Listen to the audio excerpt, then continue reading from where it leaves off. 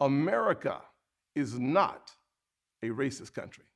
Ladies and gentlemen, these folks will put out on the world stage just how much they hate us. And when you see these incidents like what happened to Brianna Grier, it is just, it's heartbreaking. But this is the reality we live in. We don't live in this false kumbaya, can't we all get along world. We don't live in that kind of world. We live in this one. This world is violent. It's very unforgiving. This world is just plain old wicked. You got the worst of the worst running it.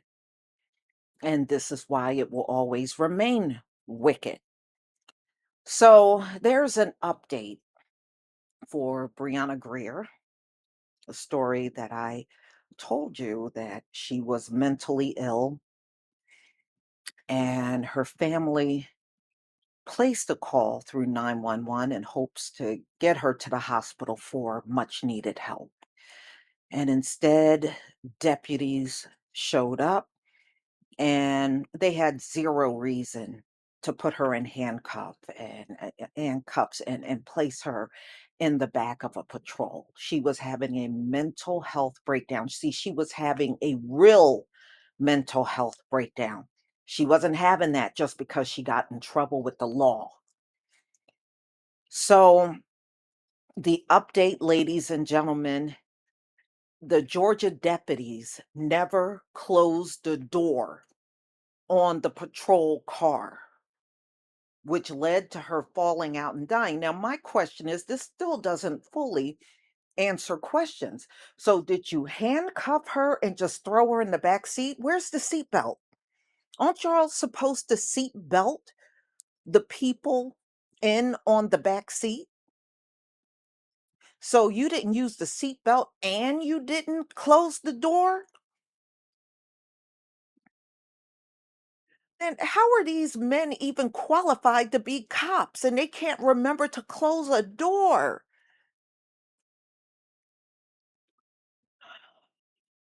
Georgia deputies never close patrol car door before handcuffed woman fell out and died. Boy, her family got a hell of a lawsuit, but it doesn't bring her back. This is complete negligence.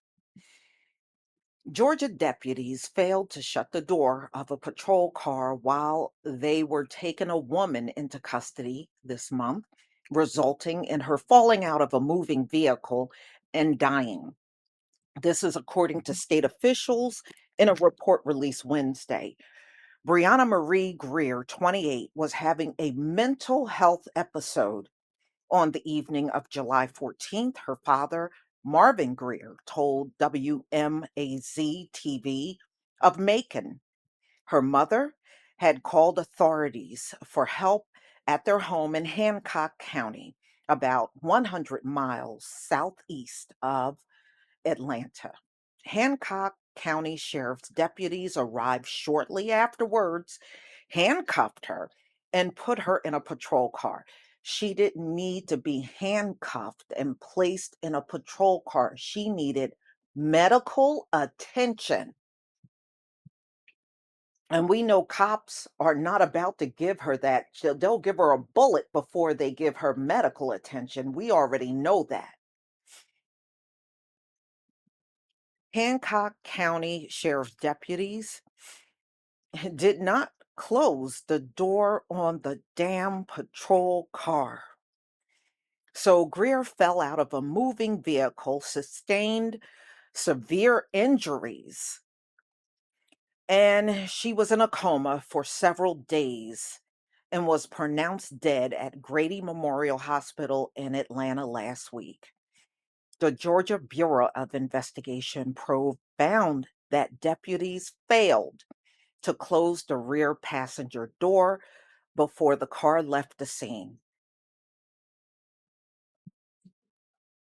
But these folks are supposed to be smarter than everybody else, y'all.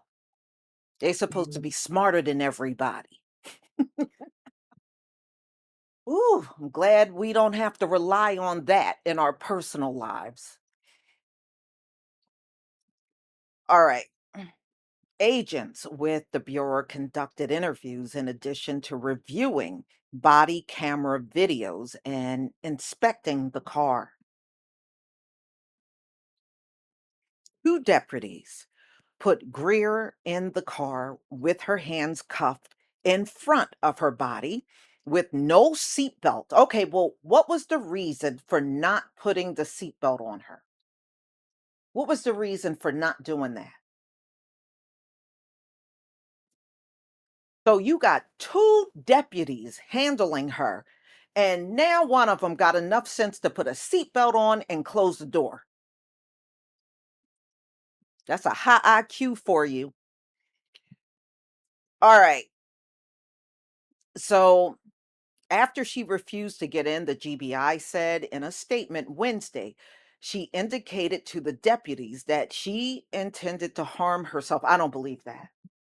I don't believe that. I don't believe that. I don't believe she said she wanted to harm herself. I don't believe them. See, they really could, they committed complete negligence by not securing her in a seatbelt and closing that door. So, them saying that she intended to harm herself, they're trying to shift the blame back onto her.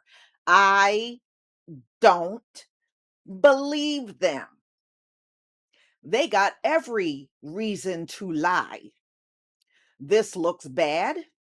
They know they can be charged for it. They got a lot to lose. That's why they're making up this story about her wanting to harm herself. Okay, so let's say she wanted to harm herself. Wouldn't it have made better sense to take her to a hospital or take her to a mental health facility that could help her with that sort of thing?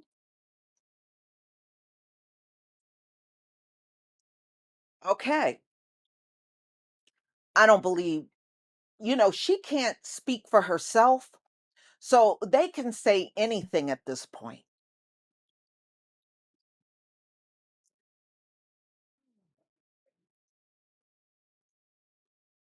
Put Greer in the patrol car, one of the deputies walked around and opened the rear passenger side door, the GBI release said. He then returned to the rear driver's side to help put Greer in the back seat, according to GBI. The investigation shows that the deputy thought thought he closed the rear passenger side door, the statement said. The deputies left the scene and drove a short distance. Mm, mm, mm. The Hancock County Sheriff's Office declined to comment on the Bureau findings Thursday. Greer's family has said that she was diagnosed with schizophrenia, and she's had this for years, y'all. So it was definitely documented that she was schizophrenic. All right. And she was on medication for the disorder, but sometimes used illegal drugs to cope. During the previous incidents, the family said she was taken to the hospital by ambulance. But on the night of July 14th, a police car arrived instead.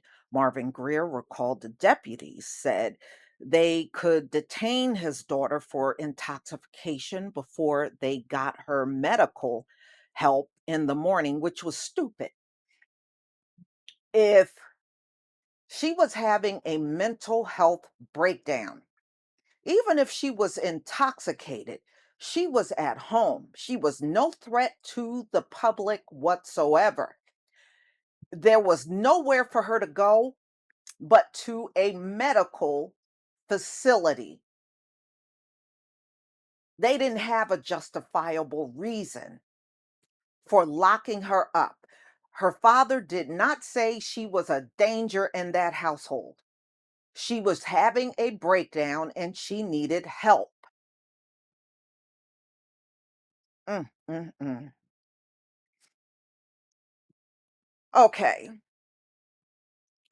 So they said, the deputy said, she had been drinking. And so what? She was at home. A lot of people drink or intoxicated within their houses. They're not a threat to no public. And she was no threat. She was already home. To me, they didn't have a justifiable reason for taking her in. This is just BS. The Hancock County Sheriff's Office has not said why Grier was being detained. Right. It doesn't make sense that she was being detained. This is stupid. The GBI statement described the incident as an arrest. Yeah, an arrest for what? The sheriffs told the family the next day that she had kicked the door out and jumped out of a car, which is a straight up lie because the GBI has determined that the deputy never closed the door.